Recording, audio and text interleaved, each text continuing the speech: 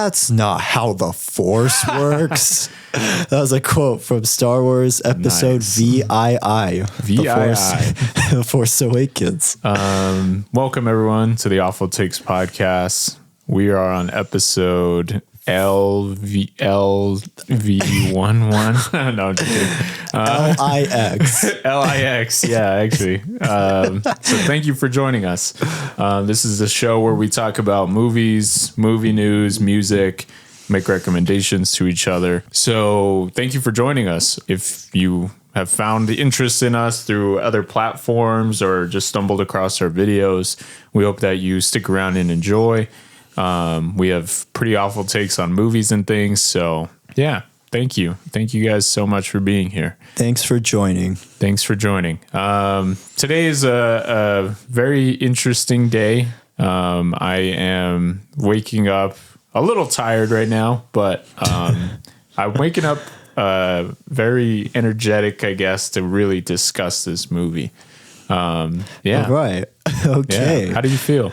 Yeah, I'm same as you. I'm feeling a little tired. I'm still trying to wake up just a little bit, but nice. I'm excited to get into this discussion. I've been looking forward to it actually this week. So. Yeah. Oh yeah. My name's Nabahi. Did I say that? You did not. No, you're good. Hello, I'm Wallied from Sergator Productions. Coincidentally, today we didn't really find much movie news that we wanted to discuss, so we're going to jump straight into this review. Last week, I made the recommendation of Star Wars: The Force Awakens. This is a movie that I've been mentioning on this podcast and this whole trilogy as a whole for a while. And I figured since we're 10 years out, it's what better time is it than to kind of jump into this, kind of discuss what's going on. And obviously my opinions on the trilogy as a whole. I'll kind of lightly discuss on that. So honestly, Star Wars across the board, we're going to be getting into spoilers. So if you haven't seen anything from Star Wars, honestly, don't watch this review. Don't listen. Yeah, just go watch the movies first and then come back to watch them at your own order. If you want to start with whatever, do it. Okay? I fully endorse it. We're going to be getting into a lot of spoilers with the series as a whole. So, because there's really kind of no way to talk about this movie without talking about the other films and things like that. Yeah, especially the original trilogy too. Exactly. Yeah. So yeah, just full warning straight ahead. All right. October 30th, 2012. I'm jumping back to this date because this is when the kickoff kind of started for me with this movie. Mm-hmm. I was in high school. I remember being at home and my brother had just a visceral reaction while he was on the computer. He's like, oh my God. And I was just like, what? Like I started, I kind of started freaking out. He's like, you won't believe it. Disney bought Lucasfilm and the rights to Star Wars. And I was like, what the heck? It just out of nowhere. I had no idea that was going to happen. And my brother's like, they also said they're going to be making Star Wars Episode 7 and it's going to come out in 2015. And I was just like, wait, hold up. And just immediately my mind started like racing with the possibilities of what this movie could be like, especially because they said Episode 7. So I was like, okay, that's insane. We're getting a sequel to Episode 6 or Episode 6, Episode like 6, Return over of the Jedi. 30 years later, like this is ridiculous. And I just couldn't believe what was happening. Because growing up, we watched all the Star Wars movies and we saw the prequels in theaters. And nice. At the end of Revenge of the Sith, it was like, okay, that's it. They're done. And I remember George Lucas in interviews, he would pretty much share that same sentiment. I'm done making Star Wars films. There might be like a series at one point he was mentioning that he was working on like a live action Star Wars series. Yeah. And I heard it was going to be set on like Crescent City, which sounded kind of interesting too. Yeah. And it would like feature some characters from the main trilogy, but it would mostly be like its own set story. So I thought that was really interesting. And obviously I was big into like the Star Wars games and stuff, which were pretty popular at the time. Like you had like games like The Force Unleashed, which I thought was really cool.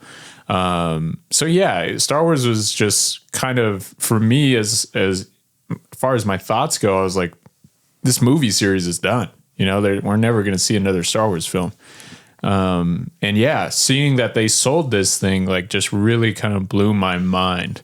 And over the next 3 years, anticipation just grew no matter what. Like any little snippet, they would show I remember they came out with a picture of what the Stormtrooper helmet would look like. And that's all it was. It was just a picture of this helmet. And I remember just staring at it, thinking like, whoa, this is cool. Any little thing that came out with this movie I was just like, man, I can't wait for this thing. Anticipation was through the roof. So I guess, Wallied, Star Wars is a big property. I guess you could kind of get into a little bit like where you were with Star Wars at the time. And then also, what were you thinking when Disney kind of bought it, things like that? Because to be honest, I remember there was a lot of pessimism when Disney was announced that it was buying it. Oh, okay. So yeah, I guess, what are your thoughts with all that?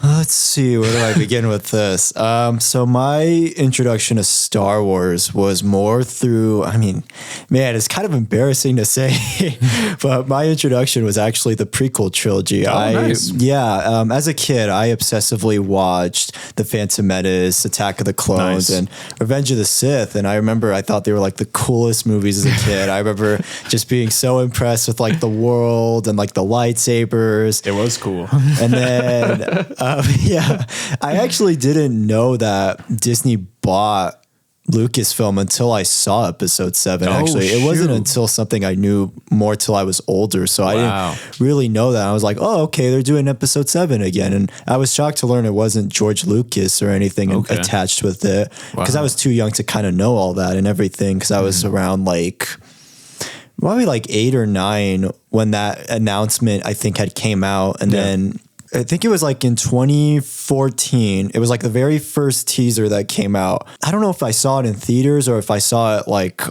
at home, but I remember I saw the teaser for it and I was like, you see all the quick shots of Finn, the BB-8. I'm like, wait, why does the R2-D2 look like that? Yeah, it was round. Yeah, it was a soccer ball. But I remember as a kid, it blew me away. And, seeing that Millennium Falcon and everything, I was like, whoa, this looks awesome, And that was kind of it. And it was one more year away. I was and so that was kind of where my anticipation came. And that was actually my reintroduction to Star Wars, like I mentioned last episode. And so that was actually a couple months after seeing that teaser, I finally saw the original trilogy for the first time. Crap. Yeah. Wow. So now getting to see the full kind of story and everything, but between now with the prequels and now the original trilogy, it was like, oh, wow, Okay. Damn. And so, yeah, not the best way or order to watch it, by the way. I would not recommend doing that.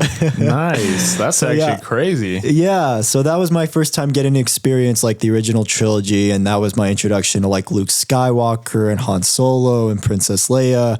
And then, all the characters like Jabba and Boba Fett, and then, of course, Darth Vader, now that was my reintroduction again. And so now kind of seeing that whole trilogy, it was like, oh, wow, this is a really awesome trilogy. I really love it. Now kind of seeing all 6 of the movies, it was now I had the full story and everything. And so going into this, I was like, well, what's this story going to be like? Because I didn't know really who the main characters were going to be or anything, just because, you see the teaser, it's it's kind of a little cryptic and everything. Exactly.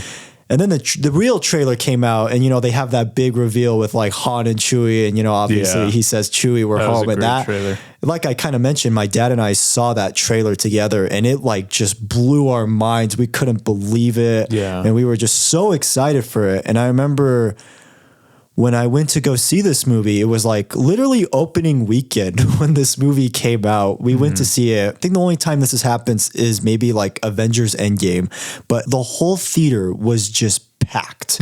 Literally, there was not a seat that was empty when I went to see it. And it blew me away. I was like, wow, I didn't know there was this many people passionate about Star Wars. Yeah. You had some people that were just kind of casual fans. You had some people that were hardcore fans where they were in Jedi and Sith outfits, and seeing the movie just was it was like everything I could have asked for, you know? And I just was like, holy cow, this is incredible. Like, I want to say I was like 11 when I saw the movie in theaters. All the action was really cool. And then just like, obviously we'll get into it, but some of the things that happened in it just really were like shocked me so much and everything. And then the only time I had seen it again, but rewatching it for this episode was like whenever it came to like Blu-ray in like 2016. So I guess now it's 10 years for me. Oh, wow. You know, so that was the only time I'd rewatched it. I was, like I said, I still really enjoyed it and loved it and everything. And that was kind of really it. I hadn't really rewatched it since seeing, you know, now seeing The Last Jedi and seeing Rise of Skywalker and seeing kind of how that whole trilogy pans out. It's like, oh, wow, you know? Yeah. So now rewatching it now with that perspective in mind, I gotta say, I'm actually happy to say this still held up for me. I actually still really loved and enjoyed this as much as I did when I first saw it as a kid. Yeah, no, I share a lot of that sentiment as well. Like, it's something that now we know where the story goes. So I guess that does kind of play into almost kind of an expectation, and also, you know, watching these kind of threads kind of come together. You know, can that affect your enjoyment and things like that? But surprisingly, when I put this on, I still, man, I was just having fun. I was like, this movie is great. Like, it's a lot of fun. It really just, man, it just feels like Star Wars. And that's something that we were very nervous about going into this movie. So I guess that kind of jumps into like overall my whole experience with this thing. Episode 7 was obviously highly anticipated by me, you know, friends and everything. But we're coming off of these prequel movies that obviously I enjoyed as a kid. I have a lot of fond memories. There's so much fun, and I rewatch them still to this day. And I love them, and they're a part of, you know, shaping my enjoyment in movies, you know? Yeah. And my enjoyment of Star Wars too. Yeah. And obviously they still have their moments and everything. Exactly. So there's things I do enjoy about them, but I can admit there are some things that I don't really care for with those movies, but yeah. I will say, like, and that's something going into this movie that the expectations was just the prequels were the way not to do Star Wars, you know? Right. Obviously now those people watching them grew up, and there's a great appreciation for them. And, you know, there's probably bored now with how the sequel trilogies panned out too. So, there's like a kind of contextualizing of those movies. Going into this movie, those were regarded as, don't do it that way. That was the worst way to do Star Wars. Stay away from that, you know, this and this. So this was almost like a return to form for a lot of Star Wars fans. And I think that's why it resonated so much with a lot of people, because it felt different than what we had seen in the last 3 movies. The last 3 movies really were George Lucas's vision. He was funding them. He was director, writer.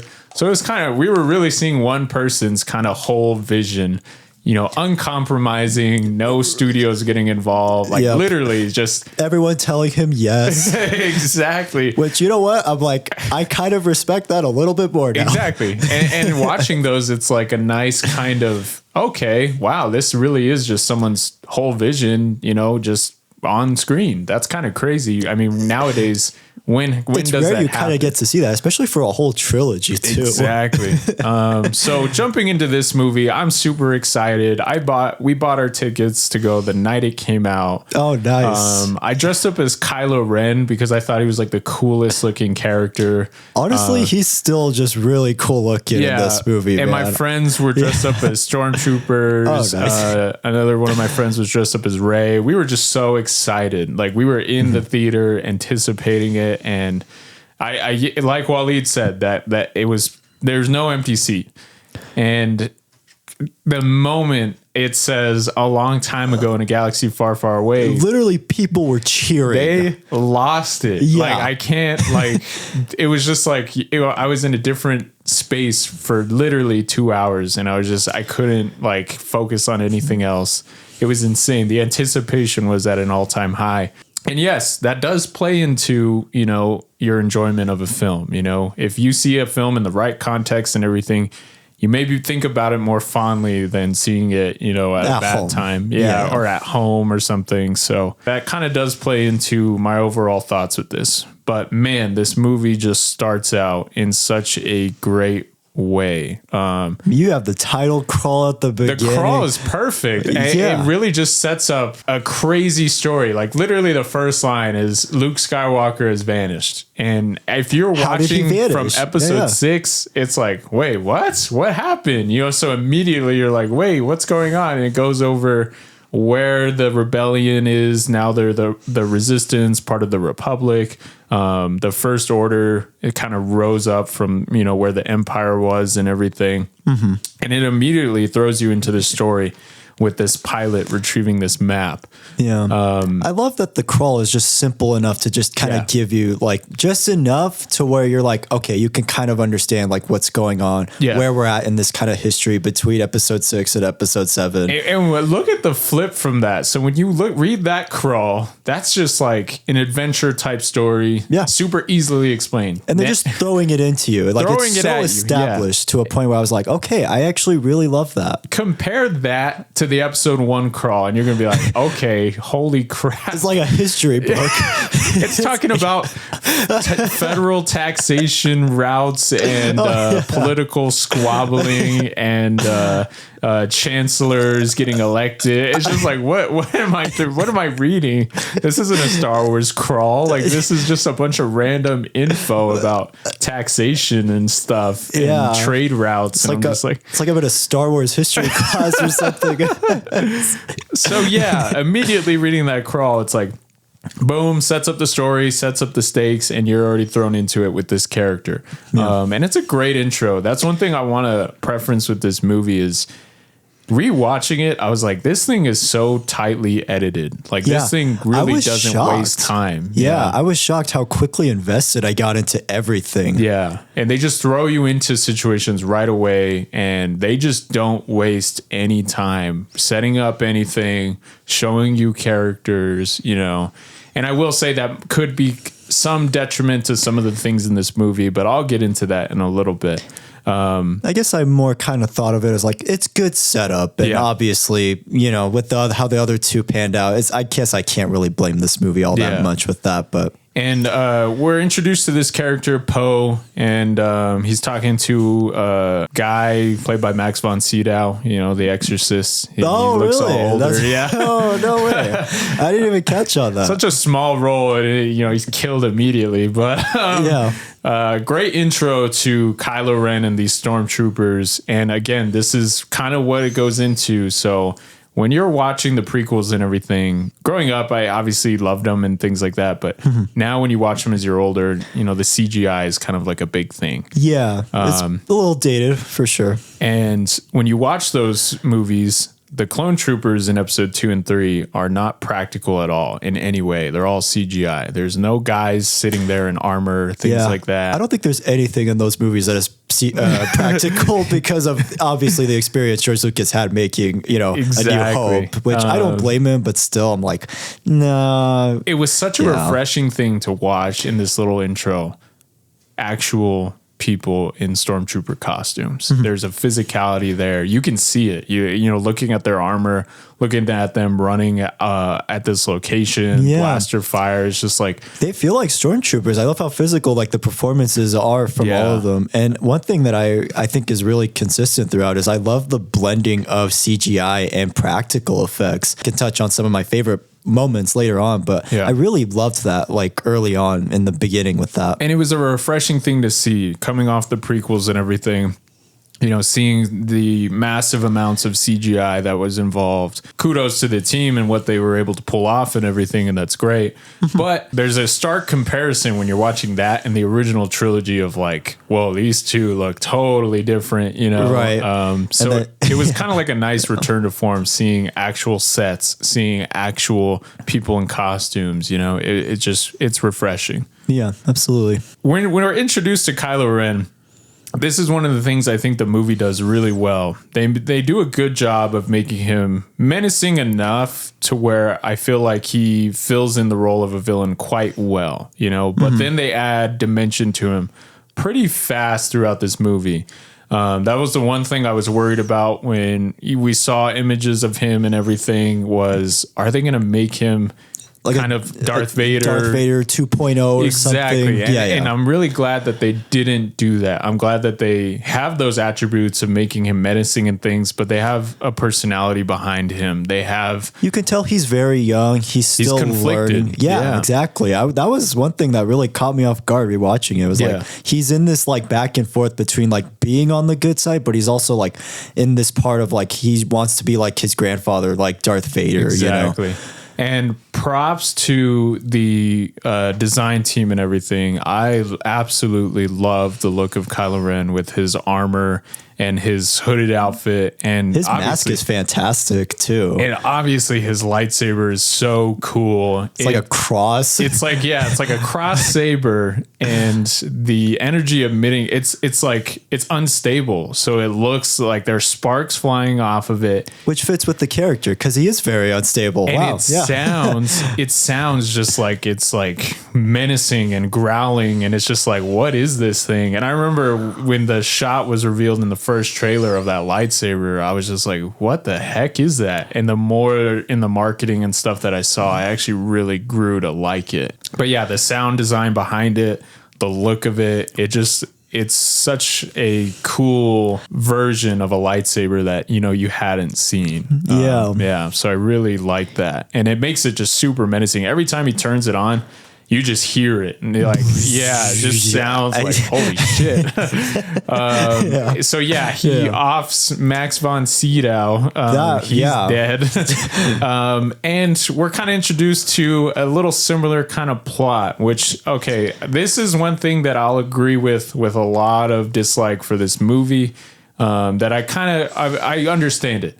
So a lot of people say that they aren't too fond of this movie because it follows plot-wise A New Hope to a T. And I agree.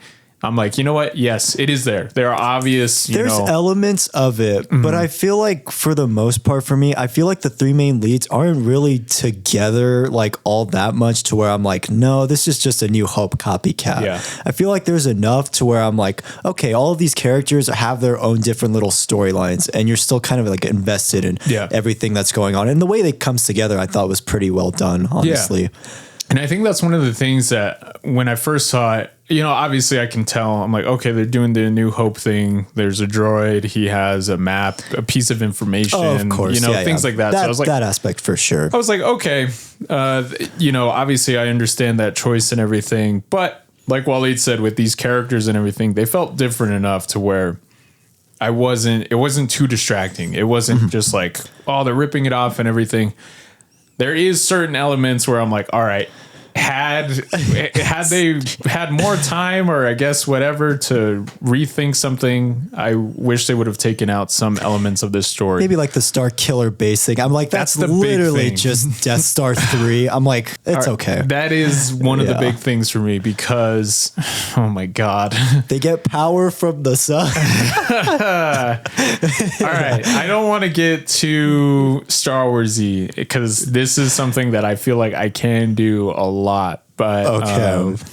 So one of the things I don't really like in this movie, so in the prequels and everything, they focus a lot on like the politics and stuff like that. Right. Yeah. Which I understand to an extent, but as a kid I didn't enjoy it because it's kind of boring. Yeah. But watching it when I'm older, I'm like, all right, you know, that's kind of interesting and everything to see how these people kind of rise to power, you know, manipulate, you know, other things. Palpatine. Yep. Exactly. And that is very entertaining. However, in this movie, I feel like the directive was stay away from everything in the prequels. So they did not feel the need to explain anything about the politics or where the rebellion is, the empire. And in that, me as a fan, I'm kind of questioning like, wait, how did all this happen? You know, that's one of the kind of jarring things when watching this movie. It's like, you finish episode 6, they defeat the Empire. People are celebrating on all these planets. It's like this big thing. Yeah. And now we're jumping into this movie. Luke is gone. Luke's gone. Han is in his little adventure. And then Leia's obviously still with the rebellion. And I feel like we're still, the First Order, whatever, the Empire has a leg up on the Republic. And I'm like, how does that happen? You know, like I don't understand it because it's like, they literally create a Death Star out of this freaking planet. And it's like, where do they get the resources to hollow out like a planet, put this giant space beam onto it, and they have this giant army, you know? I was like, didn't we just destroy all these guys? Didn't we fight this? Where did Emperor Snoke come from, I guess, was one of my big questions. There's so many, and that's the thing. That's one of the things that I wish, I get it, with the prequels and everything, they focus too much on politics and they kind of wanted to stay away from that. But as a fan, you know, in the crawl, when it's like the First Order rose from the Empire, I'm like, how? Where did all these resources come from? How are these guys able to build new ships, new armor sets, new find people to put into this First Order empire? Somehow Palpatine did it all along. And how again, how do they hollow out a freaking planet? And how do they make a planet that can suck the power of the sun and blow up 5 other planets without the Republic or Resistance ever finding out? That makes no sense. I don't know. Yeah. That's one of the jarring things for me with this movie, to where I'm just like, okay, maybe they can explain it in like a book or something, comic series, video game. But I'm like, I kind of want to go into this movie already being like, okay, I kind of know where things are at, and it's not too jarring, you know? That's one of the things I wish was in this movie, was showing that, no, the Resistance and the Republic are still very much the driving force in the galaxy. And the Empire is kind of on the reverse now. They have to be the ones who are secretive and they're fighting and everything to kind of hold stake to the Republic and everything.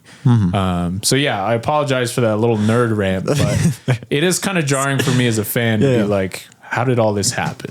You know? Right, exactly, because it just kind of sucks you into it immediately, and it does. Granted, I think they do a solid job of having it established, but I've definitely felt like there could have been maybe moments of maybe showcasing the Empire a little bit more. Exactly, especially showing them as like such an intimidating factor. Especially because I love what they were doing with like the tease with Emperor Snoke, and I honestly thought as a kid I thought he was that large. Same. I was like, man, how are they going to fight this guy? You know, and I love that. You know, but I definitely felt like there could have been maybe a little bit more moments of seeing how the Empire is kind of unveiling their plan. Exactly. One of the great things in this movie that I love, like I mentioned with the editing, how it kind of is very quick. You know, this movie doesn't waste time.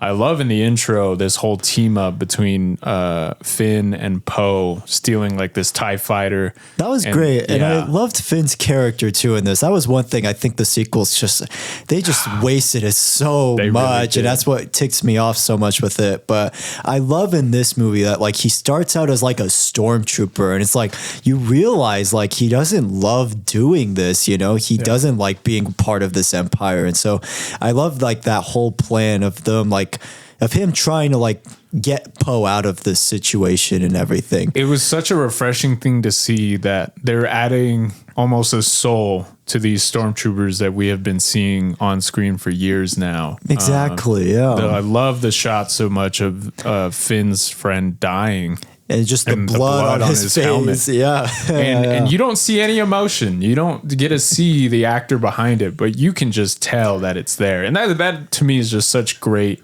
you know, cinema work and everything, because you're not able to show emotion, yet I can still feel it. I'm like, damn, that's actually really sad. And you see him standing amongst all these people, and they're shooting these innocent people, and he's standing there. And it's just like, there's so much conveyed through those shots and everything. And that's, again, such great work to the team and everything. Or even the interaction between like Captain Phasma and him when he takes off the helmet was honestly kind of like, I'm like, dang, that kind of scary, you know? You know, and that was, again, like Captain Phasma is such a cool character they don't do much with, but I love like the little teases we get of her throughout the movie, because I really do love that character. And I've honestly kind of maybe wish she was maybe a little bit of more of the big bad throughout the film, honestly. That would have been cool. I really would have liked if they showcased more of her, General Hux, and Kylo, kind of how their relationship kind of works between each other, because that was something that I enjoyed in the original trilogy was seeing Vader interact with these other people, you know? Yeah, exactly. You know,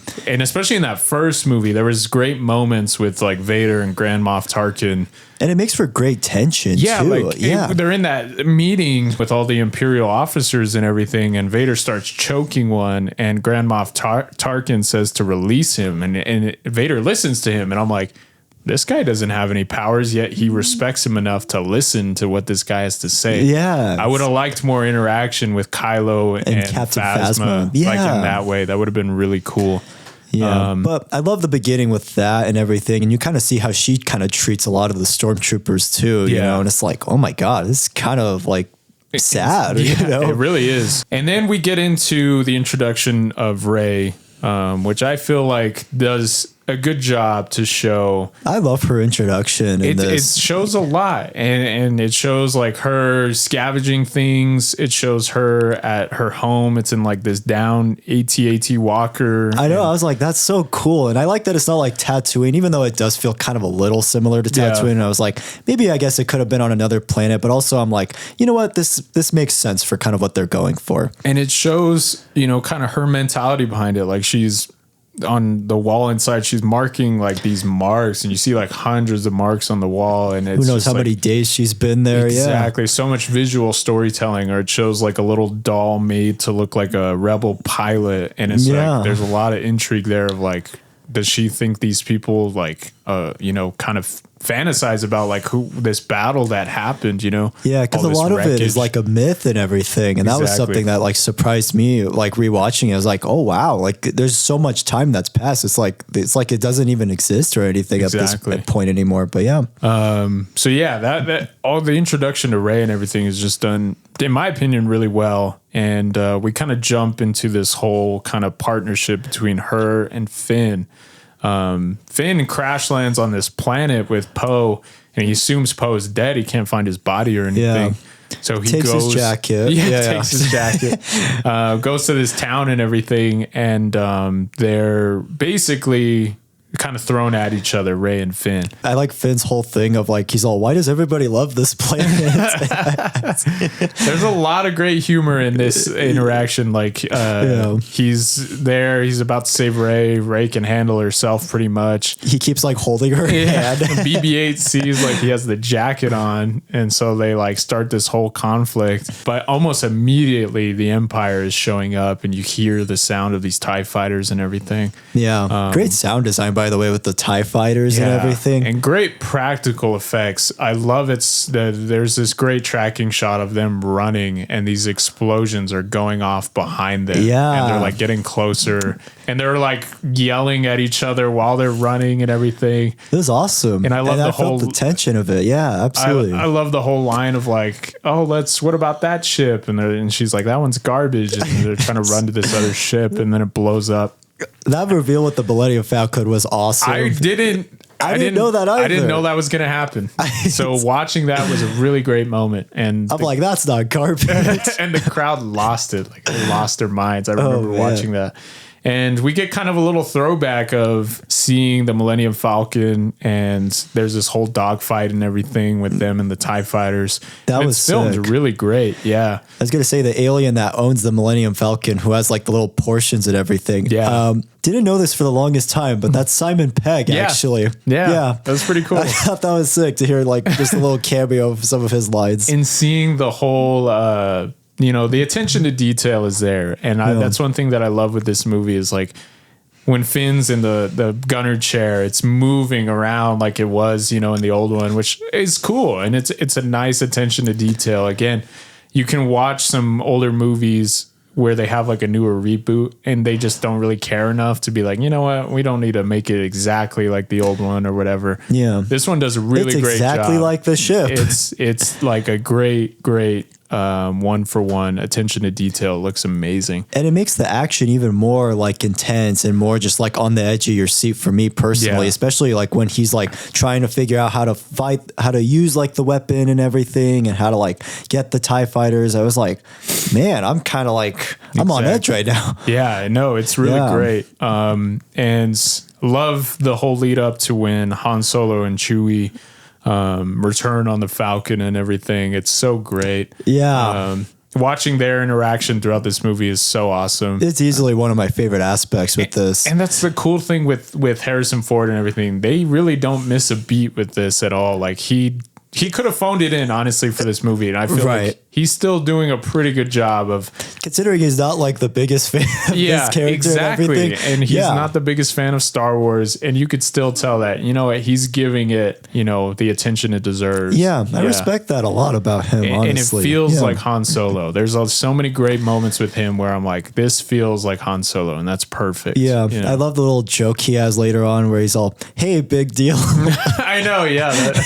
His interactions with Finn are really funny. Yeah, and same with Rey. That was one thing that I really liked that I think maybe the movie could have expanded upon a little bit more is like the relationship between Rey and Han Solo, especially when you see later on with like how Han's relationship is with his son. It's like, man, like seeing Rey kind of have that father figure and have somebody who's like understanding and has like somebody who's like as passionate about like the Millennium Falcon as he is. It's like, man, that was such a great little relationship that I was like, I wish there was maybe a little bit more time with. I wish there was too. That's one thing rewatching this, that when he dies and everything and we see... And that shocked me as a kid. That was like, wait, what? He's dead again?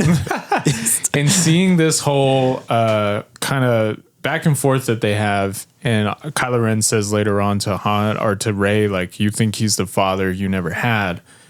I know. I feel it to a degree, but like Wallied said, I wish there was just a little bit more to where we were able to see more interactions, you know, maybe a little bit more mentorship with Han and Rey. Especially because their back and forth banter is so great throughout. It is great. I love the moment kind of later when Han gives her like the gun and everything. And he's like, you don't know how to shoot that. You know, you still have a lot to learn. And it's like, you can tell like he sees a lot in her, you know, she's much of like a hot shot and everything too. And that would have been a nice kind of subversion of almost making her that Han Solo-ish character, you know, and having her being also tied to the Force and everything, but she's also someone who is very, you know, quick thinker, you know, jumps ahead of opportunities and stuff.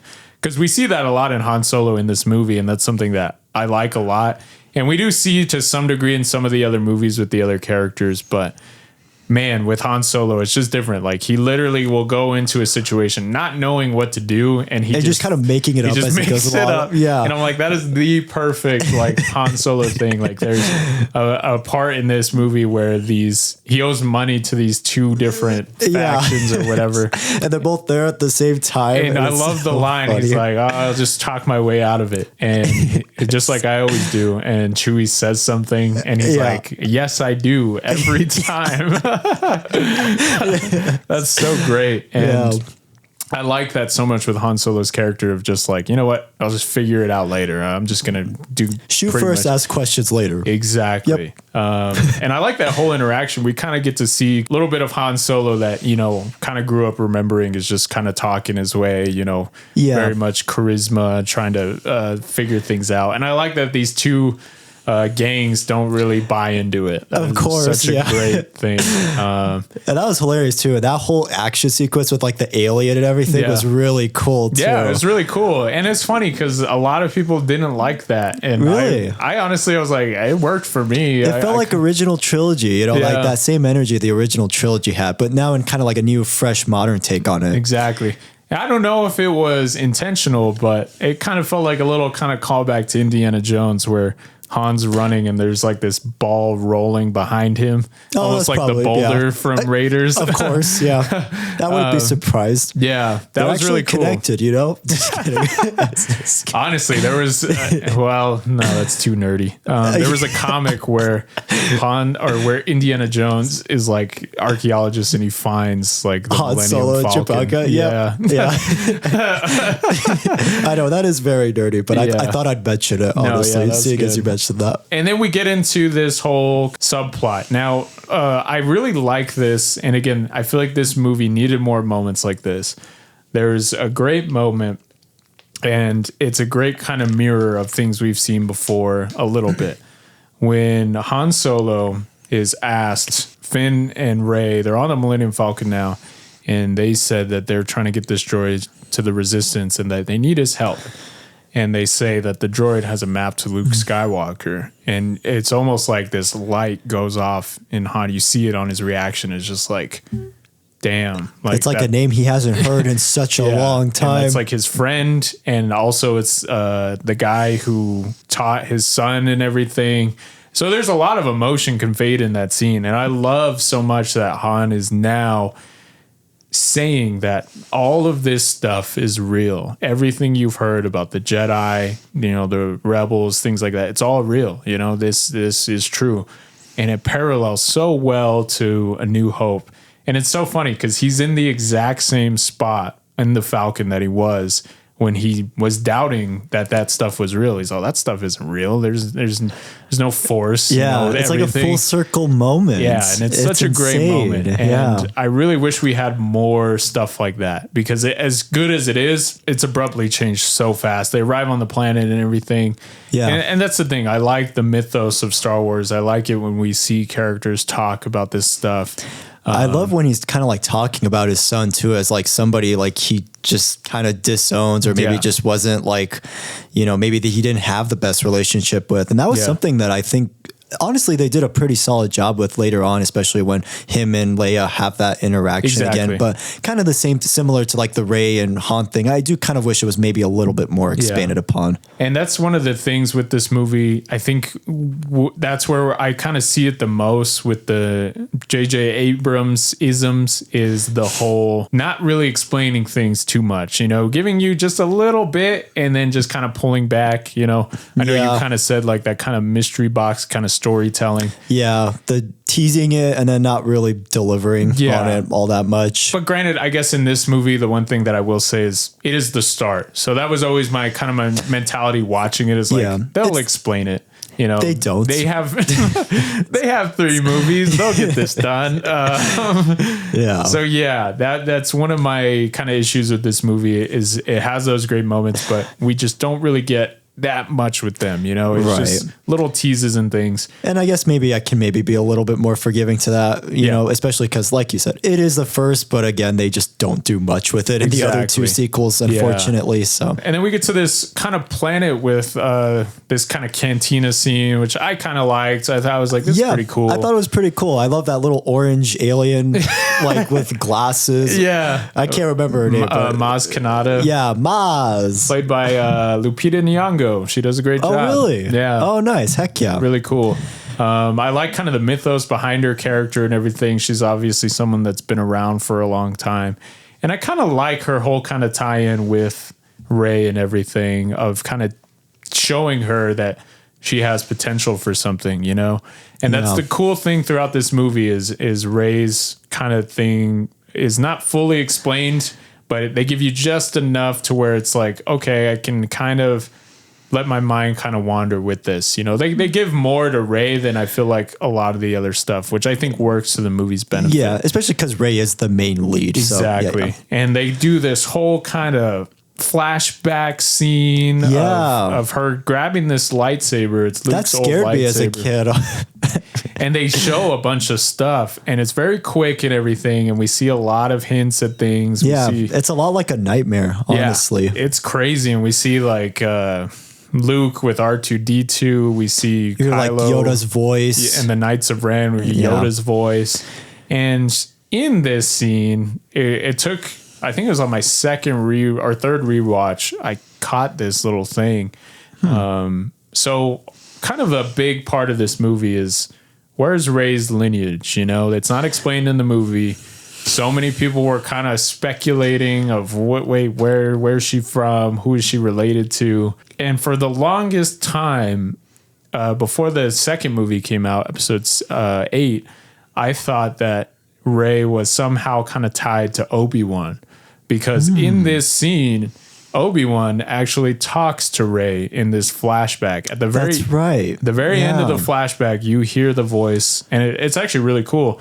They take the voice of Alec Guinness saying Rey, and they cut that from him originally saying afraid, and they kind of cut that to say Rey. So Alec Guinness says Rey, and then they got Ewan McGregor to come in and say, these are your first steps. and that's how the flashback kind of ends. So for the longest time, I was like, come on, that's Obi-Wan. Like they're kind of they're showing, you know, a connection of some sorts. Yeah. But didn't pan out that way, but I thought that was really cool. And that's honestly, a cool theory. Yeah. I love that. I think Obi-Wan's voice in there is honestly, I think the only thing from the prequels at all throughout this whole movie. Like that's true. They don't make any mention to anything that we had seen before, you know, and it's just, you could tell that was a very touchy subject at the time. Now we get a lot of prequel stuff in our Star Wars and everything. Like I know The Mandalorian is not afraid to show prequel era stuff, but you can really tell at this time when they were making this movie, there was probably a giant poster on the wall of the prequels with a line drawn through it saying, don't mention it at all, you know? And it's just kind of where it shows the mentality behind making this movie is that was a very touchy subject for Star Wars fans at the time. It seems like for a lot of people, like obviously like growing up with it as a kid, I didn't really know all that, you know? So but it seems like that's kind of the one connection is that Ewan McGregor as Obi-Wan was like the one silver lining to that trilogy at that time, it seems.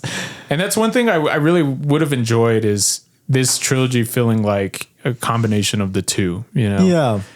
And it sucks. They wait until like the third movie and kind of in episode 8 to kind of start mentioning that stuff. But I don't think they did that great of a job though of doing that. It just felt kind of forced and shoehorned in, whereas I definitely felt like it could have been a little bit more natural to put those elements of the prequels in this movie. And it's one of the things that I'm surprised they didn't. And again, I'm not trying to say my expectations should have been the way to do this movie, but I see behind the scenes stuff and there were thoughts and ideas sprinkled in at the time of maybe including some things from the prequels to kind of help it feel more connected. So the ideas were there.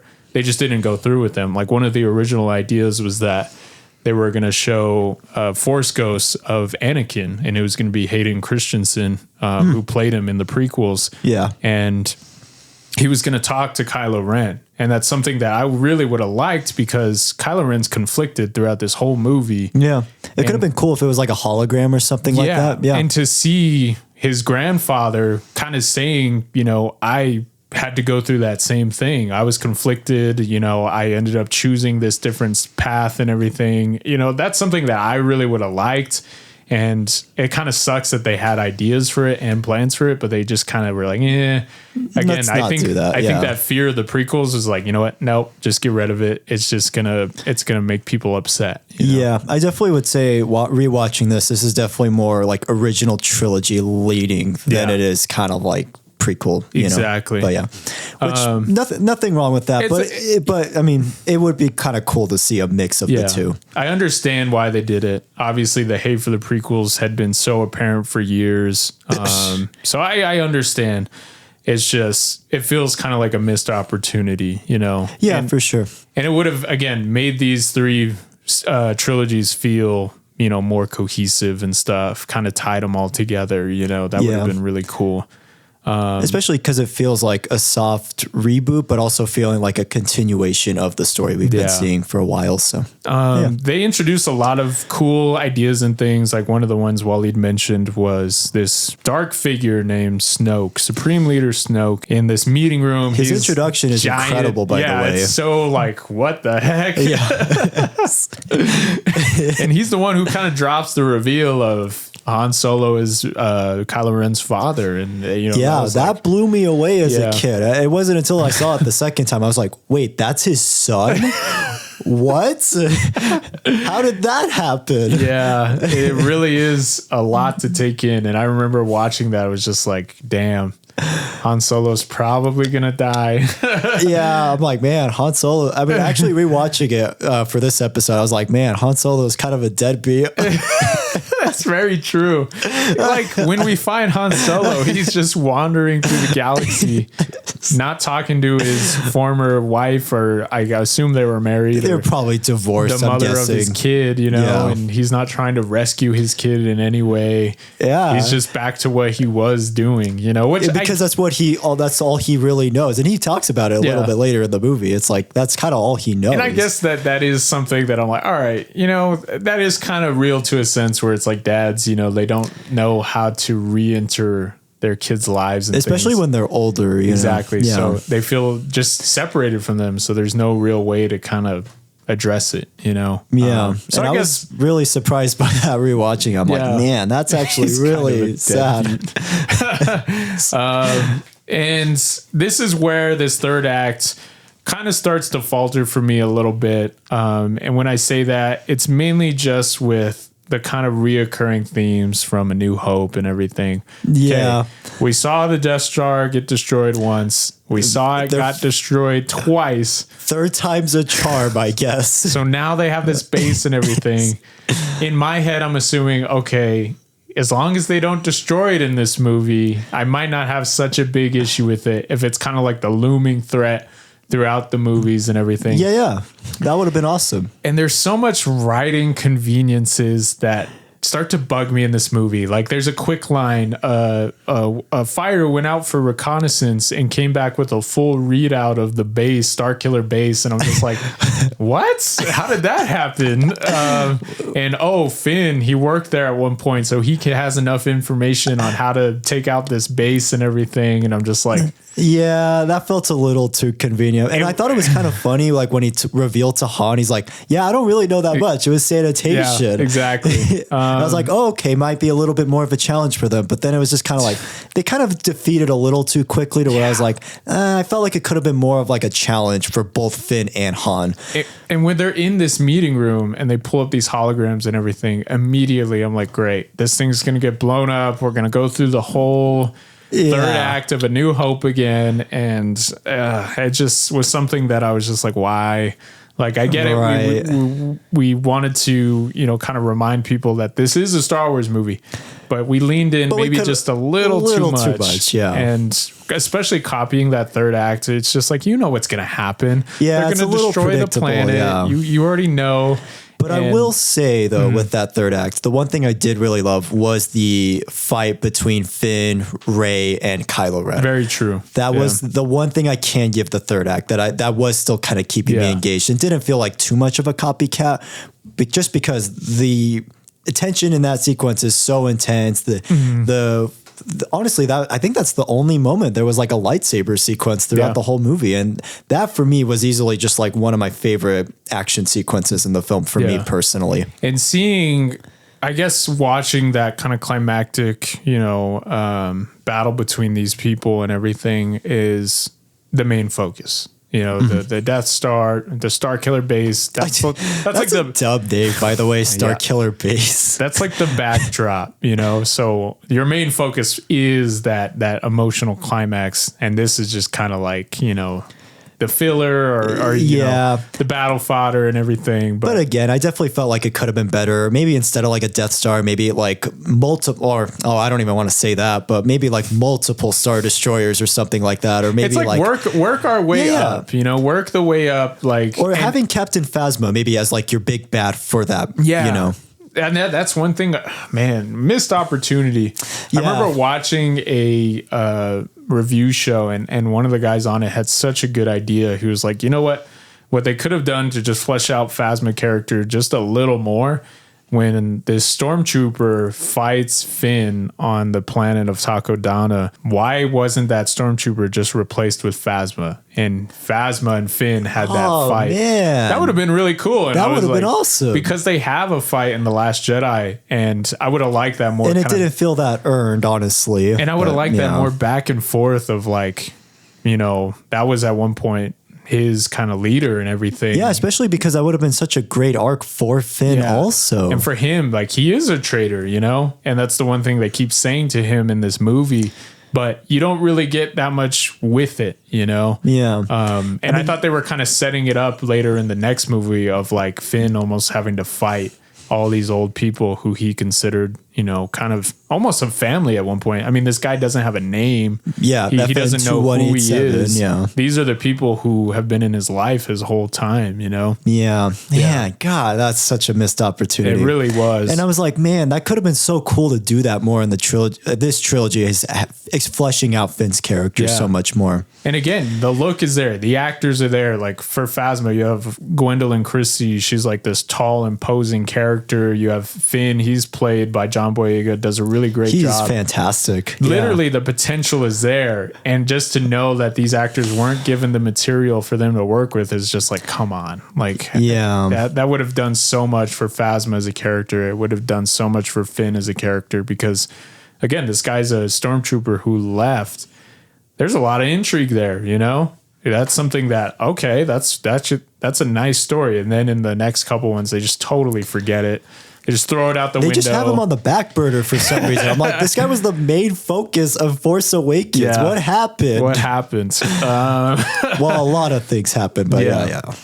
But yeah, this climax is great. The death of Han Solo is so well done. I love the back and forth between. It's short, but I love the back and forth between. Yeah, it definitely got to me for sure. And then that kill when he's like about to take the lightsaber, I was like, yeah, what? It's crazy. My jaw was on the floor. I couldn't believe it. And then just seeing Chewbacca just rage and just kill like all the stormtroopers. You really feel it, dude. Like if I didn't like, and that was where I was like, man, this villain is like genuinely evil. Yeah, and that's Kylo Ren, man. That's one of the things I wish they kind of jumped into more was like the conflicting emotions behind seeing a friend / family member turn. You know, at one point they were on your side and everything, and seeing them now, that's one thing that I wish they kind of expanded on more. And in my own headcanon, I kind of assume that that's the case.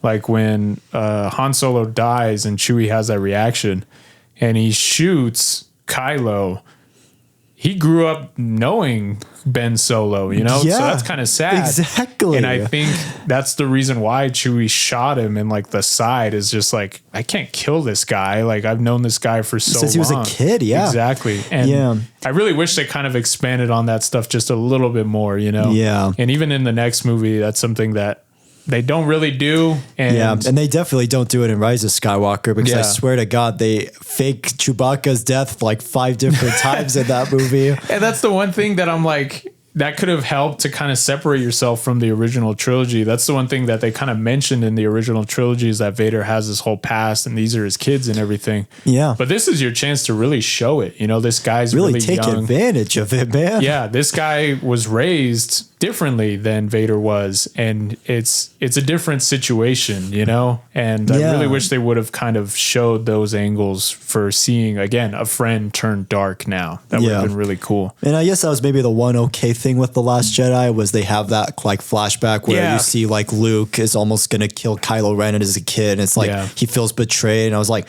man, that's so cool. And then they just, after that, they didn't do anything else with it. They really don't.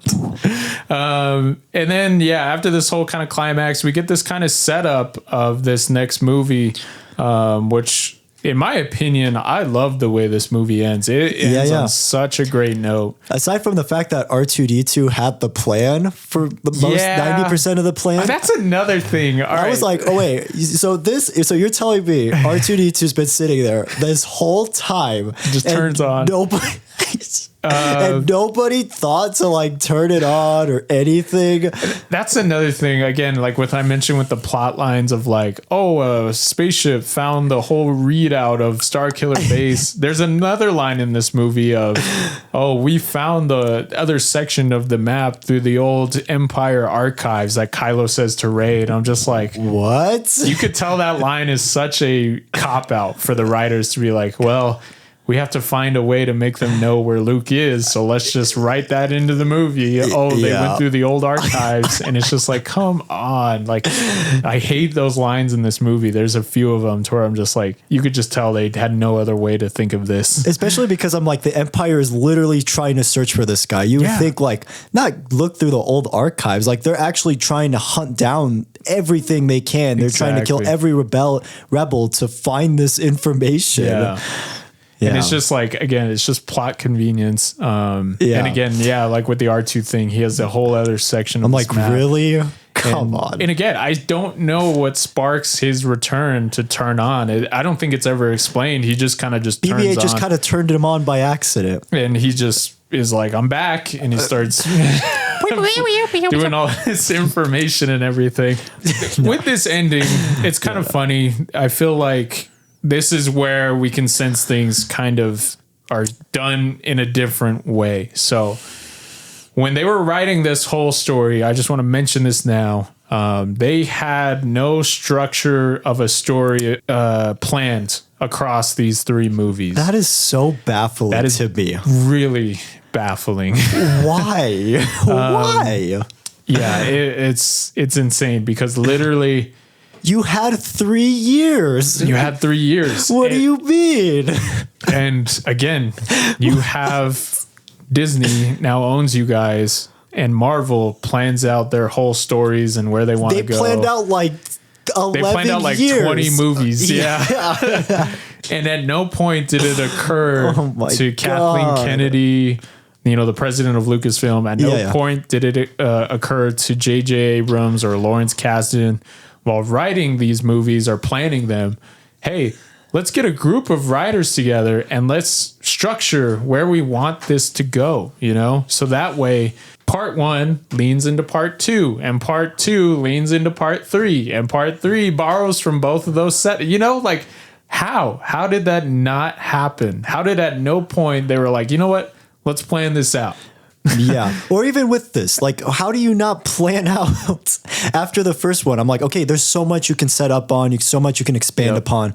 How do you not do that? And literally, you can feel it so much because at the end of this movie, it feels like they've set up a lot of different things that just don't pan out. And especially because when you get to The Last Jedi, it's so jarring. It's jarring. It's like a completely different vision. And obviously, like, props to Rian Johnson. He's obviously trying, but I'm like, this is he's doing his version. Yeah, he's doing Star his Wars. own version and interpretation. Exactly. It's like, I wouldn't mind that if it was like an own solo Star Wars film, but because it's part of a trilogy, I'm like, it just doesn't work. And it's just like all the stuff that I really like and love with this movie is just kind of thrown in the trash in The Last Jedi. There's so many plot elements that just are forgotten. Like literally at the end of this movie, before the planet explodes, Snoke is like, bring Kylo Ren to me. It's time to finish his training, Where does that go in the next movie? Nowhere. And then they kill him off in the 8th movie. At the end of this movie, Finn is believed to basically be on the verge of death, very badly damaged. He had a lightsaber across his slashed back. his back. Yeah. And in the next movie, he wakes up without he's walking fine. He's totally fine. He's okay, I guess. They repaired him, and it's just like, okay, that's weird. And again, the big one at the end, Rey's holding this lightsaber out. I can't believe she was holding that lightsaber for 2 years. She's holding this lightsaber out to Luke, and it's so funny. Watch the end of this movie and the start of the next one. Again, that meeting, there's just a tonal shift. Like, she's holding this lightsaber out. Luke is giving her this look of almost kind of somberness. It looks like he's like crying. It looks like he's emotional about something. Obviously, he probably felt that Han died. That's what I was assuming. And then in the next movie, you find out he didn't know Han died. He had no idea. And then he just takes the saber and just throws it. And it's just like, wait, what? Like, and it just is so jarring when you watch these two together. It's just like, okay, it's not the same movie. It's not even same. It's not even part of the same trilogy. And now you hear interviews with Rian Johnson saying, "Yeah, there was no plan. I was allowed to kind of do anything I wanted." The only through line that they had throughout these two movies was Rian Johnson, while he was writing his movie, told J.J. Abrams, "Hey." At the end, it was supposed to be Chewie and BB-8 and Rey go to find Luke. Rian Johnson told JJ, "Can I have it be to where it's R2 instead of BB-8 at the end, going to find Luke?" That was the only thing that was communicated between these two guys, and that was it. And you can just tell because it's like so much is kind of forgotten about in the next movie, and it just makes for a really jarring watching experience because, again, like we mentioned with JJ, he does this mystery box storytelling type thing, you know, which can work to a degree. And I feel like it serves as a good starting point, because I really do enjoy The Force Awakens, and I feel like it sets up a lot of good things. And I feel like it sets up a lot of potential. And it honestly made me excited about Star Wars, you know, to where I was really looking forward to what was going to happen in these next couple movies. And again, to know that there was no plan, you know, everything that was set up in this movie literally was like a layup for the next guy to then slam dunk it.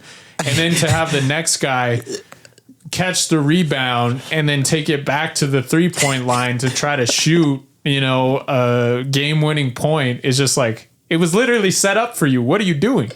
It was right there. The slam dunk was there. All you had to do was slam it. And instead, you just wanted to start back from the beginning. It's like, what are you doing? You know? It just upsets me to the most insane degree that I'm just like, how do you not think of a story? You know, I sound like a broken record at this point, but it just really is. How do you have no setup? How do you have no plan for this trilogy? And it's like, literally, look back at the old movies. What did George Lucas do? He had a plan for a story that was too big for one movie, so he split it into 3. Exactly.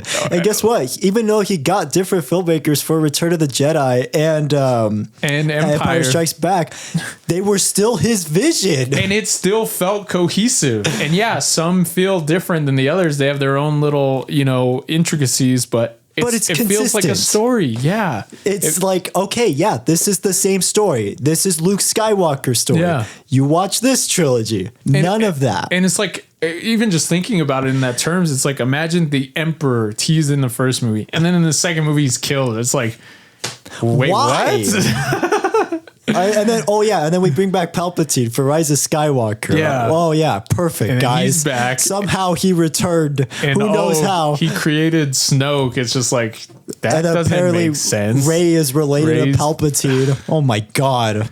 Yeah. At one point we might have to talk about those other movies, but it's crazy. Like, literally at the end of this movie, again, this is one thing I wanted to mention is the hype was at an all-time high. Yeah. Oh, especially after this movie came out, everyone was talking about Star Wars. Everyone at my middle school was talking about Star Wars. Everyone was about Star Wars, you know, and it was such a great time period. And that's the problem. People kind of fell into the hype of it all, and the expectations, rightfully so, got carried away. Super high. And then this movie came out. Yeah. Everything changed. Yeah, it changed everything. And literally, like, you watch the most hype go to just the bare minimum excitement. And again, it's like a bomb went off, and now these Star Wars fans were just at each other's throats, you know, and it was just like, you can't even talk about Star Wars anymore. It's like not even fun to talk about. It's not fun to talk about. It literally is just like the most. It's like talking about politics with people, dude. God, it is the most depressing thing. And again, that's the thing with these seeds were kind of planted to where you could have a lot of theories, you know, like they loosely hint that Rey's kind of related to someone. So obviously for the next 2 years, what are people going to be talking about? Who is Rey related to? You know, so you would hear all these theories.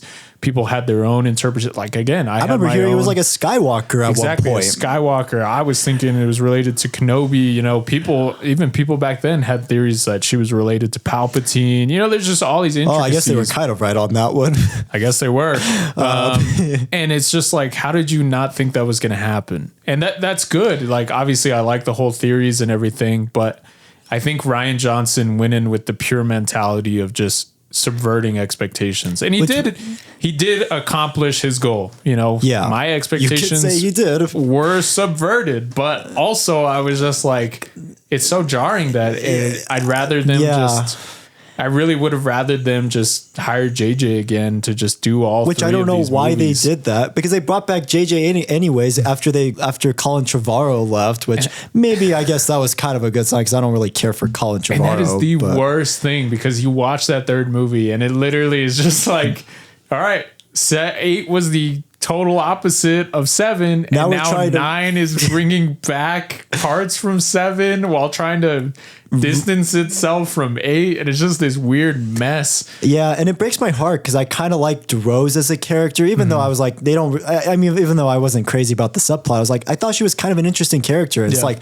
she's not even in the 9th movie. She's literally in it for like maybe 5 minutes and then that's it. Yeah. And that was kind of the whole thing with episode 9 is we're trying to redo everything that episode 8 did basically. And it was like, no. But I will say though, with this ending with episode 7, I do like it. It's bittersweet. It does kind of leave you, I hate to even say it leaves you excited for more, even though the things they ended up doing, I don't really care for, but it was a cool, nice, like little bittersweet ending to like, it's kind of like a passing on of like the torch of sorts. Yep. No, it really is. And I like the whole, again, the setup of everything. This movie did such a great job of making it feel like Star Wars again, because again, the prequels to a lot of people didn't feel like Star Wars, and this did such a great job of winning back old fans, bringing on newer fans, and really kind of laying the groundwork of what we would come to expect from Star Wars for the next, 5 years that it was in theaters, Yeah. Wow. Oh my God. And feels like such a lifetime ago. Yeah. And that's a hard task to accomplish. Again, we're reviving this property and everything. We're bringing back old characters and things like that. We're setting up new faces of what we want Star Wars to be with all these younger characters. And they did a good job. Like, again, the fact that I'm leaving this movie excited about the character of Rey, excited about the character of Finn, excited about the character of Kylo Ren. But to make younger characters likable when we love our old characters, and they did that to such a good degree that, I was excited for the next year, 2 years. Man, I was just same. I was like, oh my God, I can't wait to see what they do with this. Yep. It was just like, they did it. They captured lightning in a bottle. And that is such a hard thing to do. Pleasing old fans while also bringing in new fans. And granted, they did lean a little bit on their crutches with, kind of doing the whole plot thing from A New Hope. I get it, Probably more in the third act for sure. Yeah. But I'm also forgiving of it because, again, at the time, Star Wars was in a weird spot, and not much new stuff was coming from it aside from a couple animated projects and things like that. Oh yeah, we still had the Clone Wars show, which I really love and enjoy that show. So yeah, me too. Overall, this movie for me was it's an important movie for me. It was important for me to see where someone could take Star Wars who wasn't George Lucas. Right, exactly. Could it be done? That was something that obviously me as a kid, I speculated for a little bit and I would kind of see versions of it, and that's kind of the cool thing of being a kid at that time was playing all the Star Wars video games, reading comics, books. Star Wars is that breathable property that, yes, George Lucas did create, but he also helps other people, take those stories and expand them in their own direction and make it feel like Star Wars, and playing those games and everything. You just see the love that is there. You see the love of this property that's there. And this universe just feels so expansive. And again, watching this movie really reminded me of that. And especially kind of entering that adulthood time period was really cool. And it was cool to be excited about this stuff again. And it was cool to see younger kids excited about Star Wars. I was like, this is so awesome. And I really enjoy this movie. It does have some kind of issues, like I mentioned, with some of the plot lines being really convenient of just like, well, we got to write in something. So of course, how does a little reconnaissance flight find out a readout of an entire planet base that has a shield around it? Oh my God. Or they find an old map in Ark. I'm just like, come on. Like, that's way too convenient. Too convenient. And some of the things, there are great moments in this movie, but some are just cut a little short. I just wanted, more time with Solo and Rey. That was great. I wanted more time of kind of explaining this world and where we're at. Where the First Order come from? Where's the New Republic? Why are they not why did they have this faction of the resistance kind of on its own? There's just so many questions that kind of pop into my head there. I'm like, just give me a little bit, just explain where we're at and everything. But overall, I really enjoy this movie. And again, on rewatch, I thought I would kind of be in the mentality of like, I don't like this because the sequels kind of ruined it. Yeah, that's how I thought too. I was like, yeah, it might be okay. Yeah, but I still put it on. Man, I was just enjoying it. I was having so much fun. So score wise for me, honestly, I'm at a 9 out of 10. Oh, nice. I really enjoyed this movie. Nice. Yeah. Yeah, for me, I'm really happy to say I did really love and enjoy this movie on a rewatch, and especially because it's been so long since I've seen it. And obviously, Star Wars has been in such a strange place these last eight or so years. Really has been. I'm happy to say this did hold up for me on a rewatch 10 years later. And there was a lot of aspects I really loved with this. The action was really cool. Having the old characters interact with the new characters was such a great way to really explore and feel more like a continuation rather than kind of like a soft reboot type of thing, I thought that was really great. The story I thought was great. I thought Rey's journey was really awesome throughout. The same little complaints, like just wish maybe a few more aspects were a little bit more expanded upon, like Rey and Solo's relationship. Finn. Yeah. Everything with Finn. I mean, honestly, that was one thing I really loved was Finn's whole journey. And that's one thing that really disappoints me now kind of rewatching it is that they really don't do much with him in the other two movies, unfortunately. Oh man. And then just the music choices too were great throughout, man. Great. Kylo Ren's theme is fantastic. That's I really love watching this movie. Yeah. I didn't think Kylo Ren's theme was honestly all that great, and then what it took for me was like kind of playing the Battlefront 2 game, and it's so cool every time you kind of load in with like a hero or villain, they play like their theme. And I remember I'd pick Kylo Ren a lot, and hearing his theme and everything, I was like, okay, that's cool. And then I got to the point where I'd rewatch the movies and I was like, this theme is actually really good. Like it's menacing. It's not just a straight copy of Darth Vader's theme or anything. Yeah. And yeah, it's really cool. And I actually really like Kylo Ren's kind of theme music. It's really awesome. Yeah, exactly. That was same thing for me too. I was like, man, this theme is actually super memorable. And I like how anytime he entered the scene, like you could just hear that theme and it's like, you're kind of like on edge, you feel a little intimidated by it. Same with Rey's theme, same with just a lot of the themes throughout. It was like, that was like a really nice touch to the movie. And same with like Snoke. I thought that was really cool. And again, just same thing as Finn. Don't really do much with it. Kylo Ren too was just in general just a really good villain. He's all really around. And also just the editing, like it flies by. I like that. It's really mostly all killer, no filler, aside from maybe the third act, which I maybe think could have been a little bit better and maybe like showcasing maybe a different kind of weapon instead of Star Killer base. Would have for me maybe felt a little bit more like differentiated, whereas it's not feeling like too similar to like A New Hope in that sense. And that's the hard thing. It's like when you raise the stakes, then you got to raise them even more, And that's the one thing. It's like if you start out with a giant planet that can destroy 5 other planets, it's like, well, how are you going to follow that up? Right, exactly. So then they just keep raising it, and then the third movie is just absolutely ridiculous. Oh yeah, it's like Star Destroyers that can destroy planets, and there's like thousands of them. I was like, oh my god. Maybe if that was the first movie, I'd be a little bit more forgiving. But I mean, come on, you're doing that in the third movie, it's really? Just like really, like yeah. But anyways, I mean, even with that, even with my few complaints, like I said, just some things just being a little bit more fleshed out and maybe just having a different weapon other than just Star Killer base. I still really had a great time with this. I still really enjoyed this.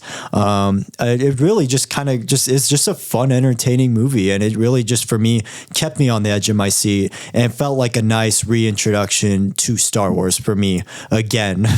I'm thinking score wise, I'm probably between I'd probably say I'm between a 7.5 to an 8 out of 10 for me personally. Nice. Probably more an 8 out of 10 though, honestly, just because again, this is just one I would happily rewatch again. Easily. Yeah. But yeah, a lot of fun. If you haven't seen Star Wars, start with any of them. You might find one that you really like and enjoy. Yeah. And then it just goes on from there. It's really crazy. Again, here we are now. We're kind of in a Star Wars drought. We're almost kind of at like a turn. We kind of passed like the turning point of a franchise, and that's one thing that I really wish we could see the behind the scenes of with this movie. We got to see it with the original trilogy of how one guy was able to convince studios that, to believe in him, and it'd be cool to kind of see the behind the scenes of this, of the absolute mess that was going on of how do we make these 3 movies and how do we make it cohesive? And it's just like, that's such a fascinating thing, at least for me.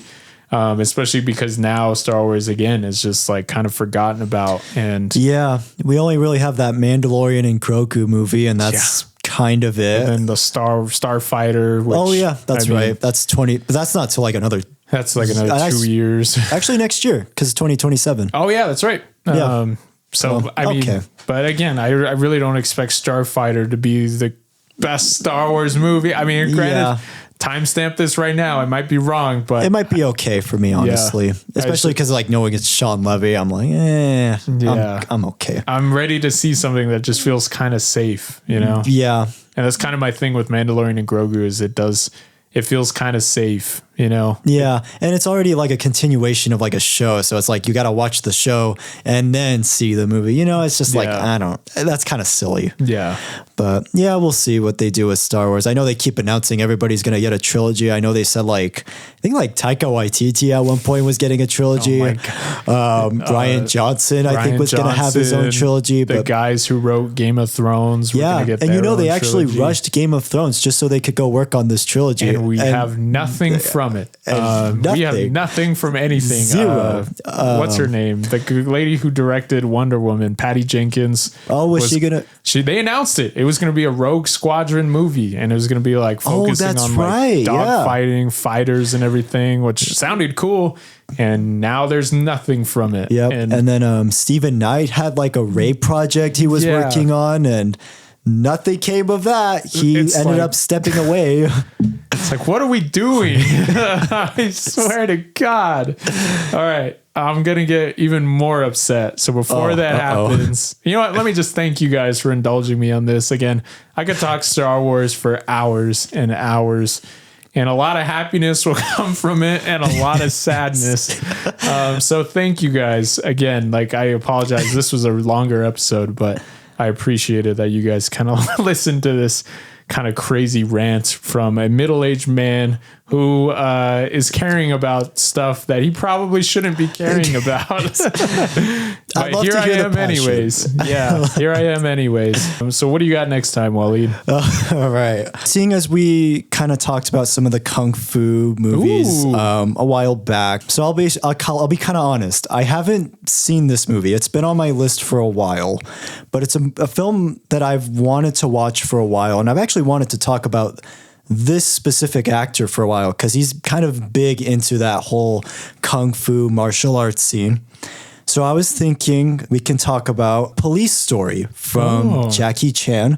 It is from 1985, and he actually directed it too also. Holy crap. But I've heard so much about this film. I've heard it's like a big staple into like the Hong Kong Kung Fu cinema. Mm-hmm. And yeah, I don't really know too much about it or anything, but it's one that I've wanted to watch for a while, and and like kind of like you, I've wanted to talk more about this whole like Kung Fu cinema, Hong Kong cinema scene, just because there's a few I've seen from the genre that I really, really love, but there's a lot from it that I just haven't seen that I would love to watch. Yeah. And I thought, yeah, let's do one that I haven't seen or anything, so I don't have too much like personal or emotional experience or bias with it or anything. So I thought it'd be kind of like interesting to kind of talk about this movie and also just Jackie Chan in general, because man, I've seen a few movies with Jackie Chan that I saw as a kid, and I'm just like, he's one of those people where I'm just like, I'm so blown away by like some of the action that he does. He does great. Growing up, he was a big kind of name for me. I know seeing Like I grew up watching like Shanghai Noon and Shanghai Nights. Oh yeah, my dad showed me those ones as a kid too. Yeah, had a lot of fun with those ones. But yeah, seeing him in a lot of those movies, and then when he did his Karate Kid movie, that was really cool. That was my Karate Kid actually. Oh yeah, really? Growing up, Nice. Yeah, I really like that movie too. But yeah, Jackie Chan, anything he's in, man, you can just see the commitment. You can just see the physicality that he puts into it. I've heard of this movie. I think I've seen scenes from it, but I don't think I've ever watched the full thing. So that is pretty exciting to kind of get to kind of touch on an actor who, you know, brings it to his roles. You know, he just has such a dedication to him, you know, to make this stuff feel real and believable, you know? Yeah. Like I think, like with this movie, I think I've seen like a scene or two and I was just like, this is all practical. Like he did all these action sequences, crazy. You know? So yeah, I thought, I was thinking police story. So yeah, if you guys don't want to be spoiled for it or anything next episode, just check it out. Nice. All right. Well, that is it for us. Again, thank you guys for joining us. Hopefully you stick around for more. Yeah. And may the force be with you. Exactly. All right. Good day. Good night, mates. We'll see you on the next one.